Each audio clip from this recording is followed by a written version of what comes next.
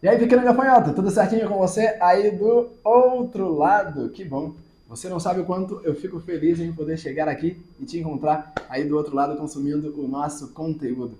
E o tema de hoje, ou melhor, no tema de hoje, eu vou tratar de um assunto muito banal num cotidiano, mas do qual podemos absorver, retirar uma importante reflexão, um importante insight. E o que eu quero te dizer é o seguinte: várias vezes, ou em momentos de vários vídeos que temos gravado por aqui, eu falo de o quanto é importante você se fazer presente na cena, ok? E hoje eu quero me aprofundar sobre esse assunto, te dizendo o seguinte: estar presente na cena pode fazer com que você transforme uma experiência na melhor experiência da tua vida, ou pode te trazer um grande problema.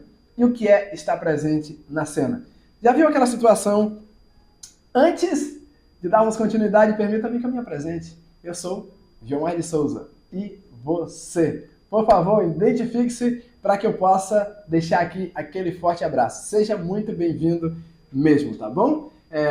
E se possível, diga aí em que dia do mês ou em que mês do ano você está acessando o nosso conteúdo. Para mim é muito importante tê-lo aqui comigo. Então faz o seguinte: continua aí, não sai por nada, porque o conteúdo de hoje promete te trazer uma reflexão muito válida para o teu cotidiano e eu espero honestamente poder contribuir através de uma história da minha vida que eu vou compartilhar com você sobre estar ou não tão presente na cena. E a pergunta é: você já esteve apaixonado? Quantas vezes? Ou todas as semanas, ou todos os meses, ou em todo ano, cada novo ano você encontra um novo amor da tua vida. Como tem sido o teu cenário amoroso no que diz respeito a relacionamentos dessa natureza? Acho que você me entendeu. Então tá bom, vamos lá. Eu também já estive apaixonado algumas vezes. E eu quero aqui abrir um pequeno parêntese aqui para te dizer, ó, muito cuidado em como você lida com as paixões. Por quê? A paixão naturalmente é algo, o pessoal diz por aí, volátil, é algo muito complicado, né? É algo instável, na verdade, a paixão. Quando você se pega apaixonado, no momento em que essas ondas vibratórias que mexem com todo o corpo estão te assaltando, você tem a certeza de que encontrou o amor da tua vida para sempre. É ou não é assim? Você acha que pode fazer qualquer coisa pela pessoa que é objeto do teu amor. Você, inclusive, algumas pessoas acreditam que é capaz ou que são capazes de amar por ela e amar por outra pessoa. E aí, eu não sei te dizer, numa boa, se estar apaixonado é tão bom ou você acaba se colocando num inferno circunstancial. Não sei se estar apaixonado é tão bom. Claro, quando você é correspondido, eu acredito que é uma delícia, né?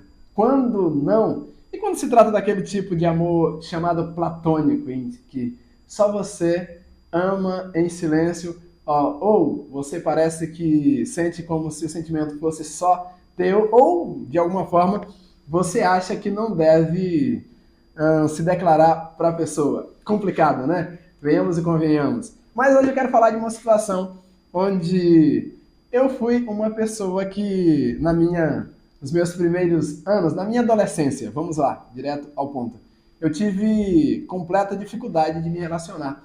Eu não consigo, para ter uma ideia, apesar de ter tido me apaixonado por alguém, eu não consegui relacionar-me com ninguém durante a minha adolescência. Lá no final da minha adolescência, aconteceu o meu primeiro beijo.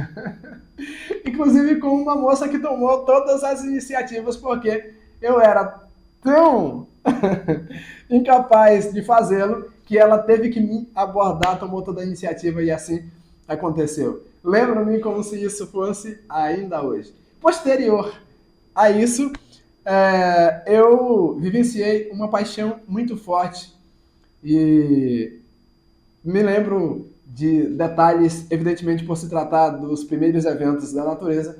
Dizem que a primeira vez a gente nunca esquece. E eu te diria que talvez eu beijei essa moça a quem eu me refiro uma vez na vida também. Mas fui bastante apaixonado e chegou um momento em minha vida que eu me convenci de que era amor o que eu sentia. Mas isso não é o ponto.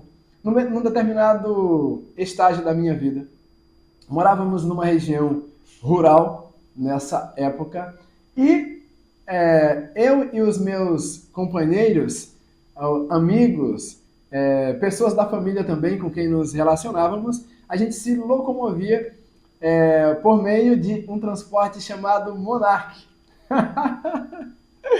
Nos anos 90, né, por assim dizer, essa era uma marca que dominava o mercado quando o assunto era bike.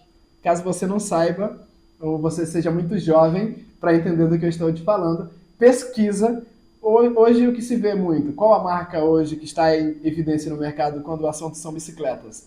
Eu particularmente agora me locomovo, o meu transporte efetivo é uma Collie, uma bike de 21 velocidades? Exatamente isso, 21 velocidades. Mas na época a Monarch era um transporte simples, porém muito resistente. E eu e os meus amigos, quando nos locomovíamos da nossa residência, isso numa vicinal que fica no quilômetro 190 da rodovia Transamazônica, distante da cidade aproximadamente 23 quilômetros, isso quando o trajeto era feito por um caminho alternativo que se constitui até certo ponto um atalho e onde você acessa parte da então BR-370. BR é BR? Não, é uma rodovia estadual, tá? A Transuruará, que é a 370. PA, né? É uma rodovia estadual, então, portanto, a PA 370 faz parte, continua fazendo parte desse trajeto que faríamos quando a gente deslocava da nossa propriedade, da nossa morada, até a pequena cidade de Uruará e da cidade de Uruará até a nossa morada. Lembro-me muitas vezes que a gente fazia literalmente um comboio. E aqui eu poderia citar alguns nomes. Leandro Bulhões é um dos meus queridos primos. Messias, um amigo de infância que hoje desenvolve atividade na área de teologia. O irmão do Messias, que é o Paulo, abraço inclusive para o Paulo e para a Lucinete, família pela qual eu tenho um grande apreço. Quem era a outra pessoa com quem andávamos? Daniel Pereira Santos Júnior. O próprio Daniel, pai, às vezes fazia esse trajeto junto com a gente também. Então, era um grupo aí de 4 ou 5 garotos que, quando tínhamos a rara oportunidade de irmos até a cidade, a gente fazia esse trajeto aí junto. E num determinado dia, quando esse acesso estava recém-construído, você não imagina o quanto na época aí do final dos anos 90 para início dos anos 2000, os invernos eram bastante intensos.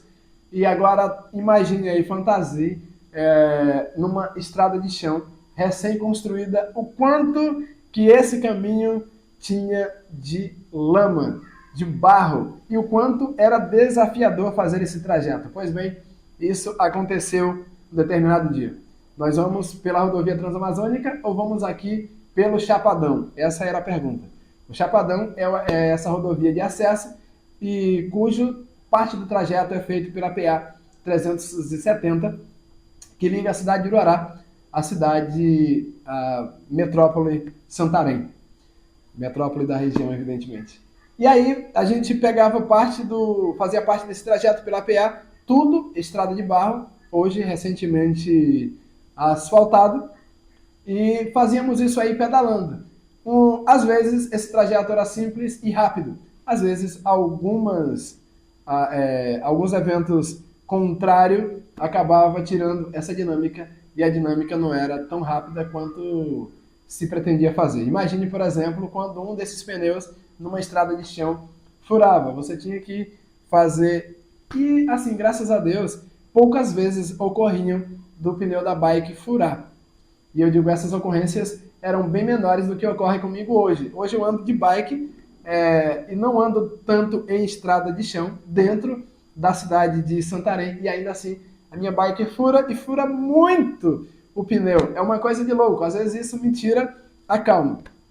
Nessa época nem se ocorria muito isso. Mas nesse dia específico, esse ponto de acesso recém-construído, chuva intensa, aquele dia ficou marcado para a história em minha vida. O trajeto, deixando a cidade de Uruará, a gente vinha pela PA 370, que é dentro da vicinal do quilômetro 180, e num determinado ponto a gente muda por um ponto de acesso, a gente muda da vicinal 180 para a vicinal 185, anda um pouquinho pela mesma, e aí já entra num outro acesso que nos leva até o quilômetro 190, que era a comunidade onde residíamos quando garoto. E não foi nada fácil fazer esse trajeto nesse dia por conta da quantidade de chuva que caía. Na verdade, não pela quantidade de chuva que caía, mas a quantidade de chuva que caiu e depois cessou. Quando isso acontece em terras de chão, a quantidade de lama que fica é muito grande. E aí o caminho se tornou bastante dificultoso nesse dia. E eu não sei que nesse dia eu era a pessoa que estava com menos energia. Acontece que todas as outras pessoas, todos os outros garotos nesse dia tiveram uma melhor desenvoltura na sua bike. E eu, ao contrário deles, estava tendo muita dificuldade. E eu acredito que por conta da altura do paralama, então pesquisa aí para que você entenda o que eu estou falando. A bicicleta Monarch, ela tinha um paralama dianteiro e traseiro muito rente ao pneu. E em estrada de chão, você sabe muito bem que tanto moto, quanto carro, quanto bicicleta, acaba acumulando uma quantidade grande de lama e isso vai prendendo a roda do veículo. E foi isso que estava acontecendo com a bike naquele dia. Não consegui uma boa desenvoltura. Isso era muito cruel. Ainda me lembro que todas as vezes, quando íamos ao Uruará, a gente fazia aquela bendita vaquinha e comprávamos 1, 2 ou 3, dependia muito da quantidade de garotos, mas no mínimo 1 ou 2 a gente trazia refrigerantes que chamávamos de Spoca Bush, a gente comprava na cidade, e quando chegava num ponto em que deixávamos o acesso à vicinal 180 para mudar para o quilômetro 185, tinha um lugarzinho onde sentávamos, abríamos o refrigerante, o pacote de bolacha que trazíamos e fazíamos aquele lanche. Era muito legal, você não imagina o quanto era divertido esse momento. Acontece que quando a gente entrou para esse bendito acesso recém-construído, a coisa estava difícil. A quantidade de barro que prendia a roda da bike era enorme e o caminho foi bastante dificultoso, lembro-me como se fosse hoje. Um caminho que às vezes a gente fazia em questão de 1 hora, em menos de 2 horas. Esse dia, se eu não estou equivocado, a gente passou quase 5 horas tentando chegar em nossa casa. E aí, a bicicleta Monarch, o freio é chamado espora de freio. Vai lá, pesquisa que você vai ver como eram as bikes Monarch. E aí, para que a gente conseguisse andar de forma menos dificultosa, a gente tirou a bendita espora de freio para andarmos melhor. Ok, antes de chegar na nossa casa propriamente, existe um morro muito alto. E acontece que os meninos acabaram conseguindo desenvolver-se um pouquinho melhor. A minha bike, lembro-me ainda hoje, era uma bike verde, se eu não estou muito equivocado, e eu fiquei para trás. No entanto, chegando na cabeceira dessa grande ladeira, quando finalmente eu consegui, pedalei e deixei que a velocidade da bike seguisse um determinado fluxo. A espora, quando finalmente ela foi descendo a grande ladeira, com a velocidade, a quantidade de lama que havia sido acumulado foi gradativamente sendo expulso. Foi saindo. Lama saindo, ladeira abaixo, velocidade aumentando, e adivinha o que acontecia comigo nesse momento? Eu estava um homem apaixonado. E a cabeça estava justamente aonde? Estava totalmente de forma fantasiosa pensando naquela bela moça. E o que me fez, naturalmente, esquecer de que a espora de freio, ou seja, o objeto que ia fazer com que eu controlasse a velocidade da minha bike, estava na minha mão e não no lugar que deveria estar, meu compadre. E como eu estava pensando na pessoa que era objeto da minha paixão, do meu amor, eu esqueci por um bom tempo esse detalhe. Ladeira abaixo, velocidade aumentando, lama sendo expulsa. E quando eu me deparei com a realidade de que eu não tinha um freio para diminuir a velocidade da bike, você não imagina o meu desespero. Mas isso, a bike já estava numa velocidade muito grande. O que fazer? Permanecer em cima dela seria loucura. Eu não tinha o equilíbrio devido para pular, mas tinha que fazer alguma coisa. E eu não podia pensar muito porque a velocidade já estava bastante grande. Os meninos já tinham ido embora e eu tinha ficado para trás. E aí eu tive a ideia de pular. E você sabe que quando vai depender da velocidade, você pular de um veículo, você sabe que tem um bendito vácuo, né? Quando eu pulei, eu não conseguia manter o equilíbrio nenhum.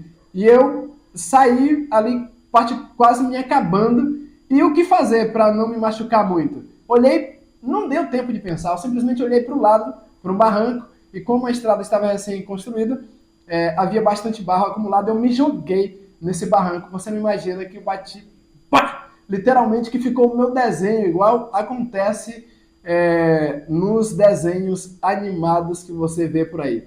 Literalmente, eu bati com tanta força sobre o barranco que ficou o meu desenho no barro que estava acumulado. E daí a bicicleta saiu andando sozinha e caiu alguns bons metros, algumas dezenas de metros distante de onde eu caí. Interessante que eu levantei daquela situação, contemplando aquela cena, em vez de lamentando ou bravo, ou esbravejando, eu estava sorrindo. Sorrindo exatamente porque a situação, se houvesse uma forma de filmar aquela cena para depois você contemplar ou compartilhar com alguém, de veras, era muito engraçado. Ver o meu desenho ali naquela quantidade de barro acumulado foi uma experiência muito cômica. E aí eu saí procurando aonde eu havia ficado ou a que distância tinha caído a espora de freio. E adivinha? O freio estava literalmente, a espora de freio estava enterrada no chão, dada a força que eu me deparei com o barro. E aí, eu quero tirar aqui uma lição contigo. Às vezes, não passa de uma história engraçada de um garoto tolo apaixonado, é evidente. Mas às vezes essa questão de não estar tão presente na cena quanto você deveria estar pode te trazer um grande problema ou pode te trazer uma grande oportunidade. E o que eu quero te dizer com estar presente na cena? Às vezes acontece de que você está presente no lugar apenas de corpo, quando na verdade você deveria estar atento aos eventos, atento ao que de fato está ocorrendo aonde você se encontra naquele momento. Às vezes você está tão desatento que as oportunidades, sobretudo as oportunidades de um grande aprendizado, pode acontecer e por você estar presente apenas de corpo e com a cabeça no mundo da lua, talvez de repente uma oportunidade te seja ofertada e você nem sequer parou para pensar. Nos relacionamentos isso é muito relevante, é muito significativo, porque às vezes você está tão acostumado a viver no automático que ocorrem cenas do gênero que acontece em Senhor e Senhora Smith. Lembra? Querida, você pode me passar o sal? Num determinado ponto ou num determinado dia, ele pediu, querida, você pode me passar o sal? E ela havia colocado o sal exatamente bem próximo a ele. E ele já agia tanto no automático que ele estava fazendo as coisas sem prestar a atenção naquilo que estava fazendo. Às vezes, no nosso relacionamento com nossos cônjuges, a gente age exatamente assim eu ajo exatamente assim também com os nossos filhos. Vai falar uma frase e a minha esposa me chama bastante atenção. Você começa a dizer algo e simplesmente deixa por terminar. Você pensou que falou, mas não falou. Você pensou que cumprimentou essa pessoa e não cumprimentou.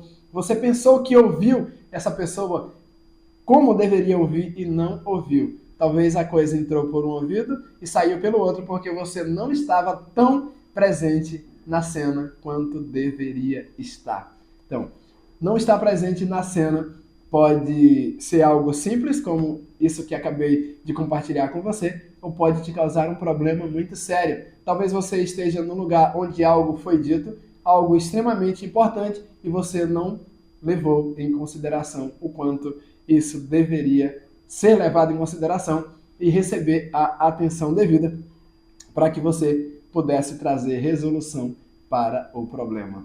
Gostou do conteúdo? Curte, compartilha, comenta e faz o seguinte, por que não? Curte, não vai te custar nada. Tchau, tchau, até a próxima.